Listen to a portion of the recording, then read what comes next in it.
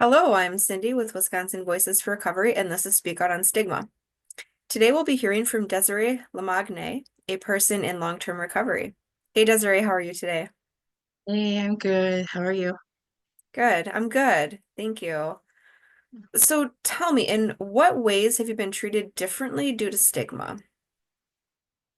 Probably the first way I get treated differently has been um, immediately assuming the worst. Um, that my struggles with substances, that I means I have to be a criminal, that I'm not a good mom, that I'm, like there's just an array of all these like negative views on what it really looks like for people that have varying backgrounds. While for me, I'm a mom to five children, and so immediately that gets judged on what kind of mom I am, what that means for my kids.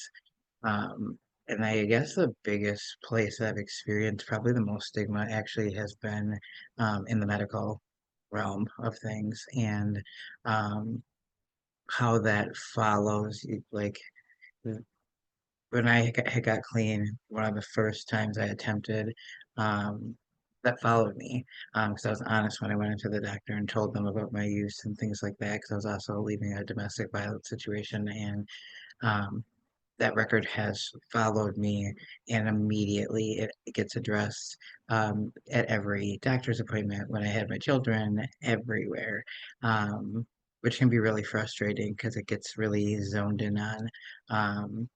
It immediately has them. All my babies have been drug tested just because it's on my record.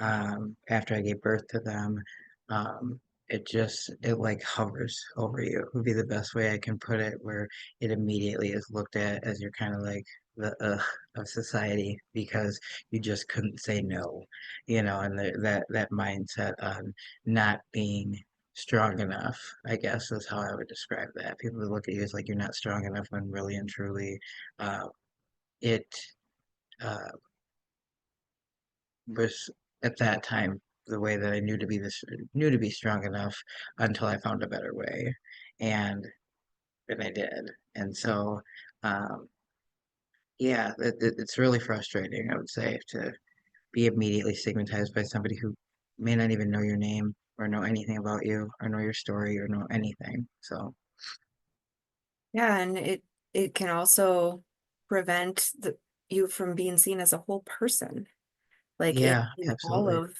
yeah, all of your authenticity and experiences and Yeah, and it really gets. I mean, the folks I know that have struggled have are some of the strongest people I know, and so um, we all have life situations, and some people cope differently than others. But I believe that we know what's best for us, and we do recover. So And what would you want people to know and remember about those who are seeking or in recovery? that the journey looks different for everybody. It is it's a very personal journey for people, and what it really consists of, what I have learned is that you have all these people all along the way telling you what to do. And I know for me later, I found out that much of what they said I should do was absolutely something that later I did.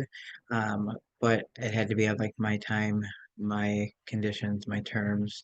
And to me, that is where you can get to a long-term recovery. Like if, someone's telling you to do something, you may listen, using like a probation officer, for example. They have a whole list of conditions you have to follow. And if you don't follow them, you go to jail, you go to prison, you'll stay on probation, things like that. Eventually, sometimes people will be like, you know what, I don't want to do this part of this anymore. And so they'll comply, but it was purely somebody telling them to do that. And I have found that folks that generally are the most successful in their journey and can keep on keeping on, um, they had to make those decisions on their own. And sometimes it took longer than others. Sometimes it didn't really take much at all.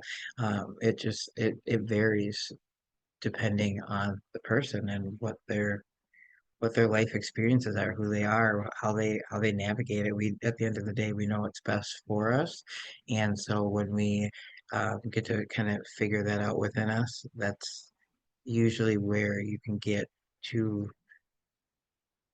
progress in your journey, and it's not gonna be on somebody else's timetable. And I think a lot of stigma comes surrounding somebody not like doing their journey the right way or fast enough or the way somebody else wants to see that look for them. Um, and that can be part of the problem that can generally slow down the journey of somebody's recovery. And so that to me, I think is what's really important, and that part of some people's journey is harm reduction, and it doesn't make their journey any less than somebody who's doing it a different way. Because, like I said, it's a very personal, unique, doesn't one size doesn't fit all journey. So Yeah, and also getting at to support people, meeting them where they're at. Not absolutely. saying here's the one way to do it, or here's this way or this way to do it, or I know this. It really, well, where are you and what do you need? And where can I meet you to support you on your journey instead of the other way around? Well, and the big thing is the keyword to that was support you. Um, you can't fix anybody. You can't help. You hear that you can't help anybody who doesn't want to be helped.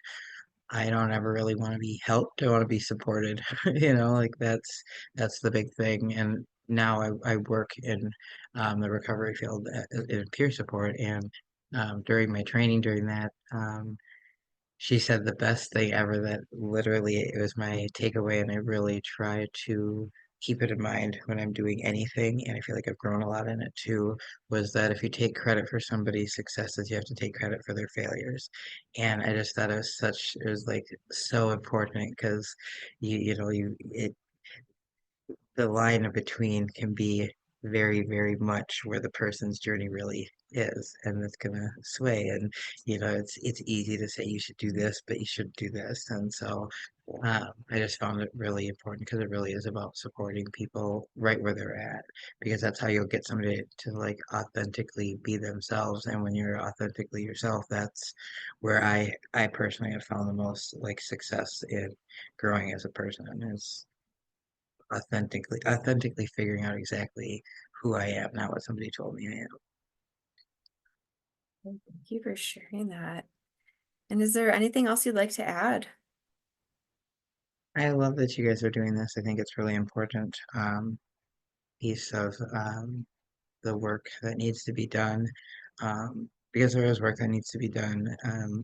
We we live in a society that right along with stigma comes a lot of um, punitive and harmful practices surrounding substance use, and people are dying. And um, I think most people know somebody who has passed away.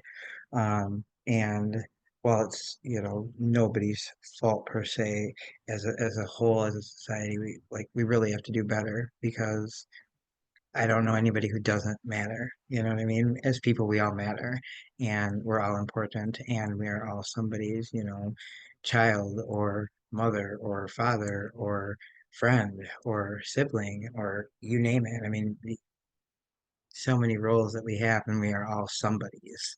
And so, there's just a lot of work that needs to be done. So I think it's really important, excuse me, for us to really learn to value humans better. So, because we all are important. Yes, we all are. We all matter. Well, thank you so much, Desiree, for sharing your views on stigma. And thank you to our viewers for watching. Speaking on Stigma is a forum to raise awareness about the harmful impact of stigma on those in and seeking recovery. Recovery is for everyone. Together, we can eliminate stigma. Don't forget to like, comment, and share this video. Thank you and have a great day.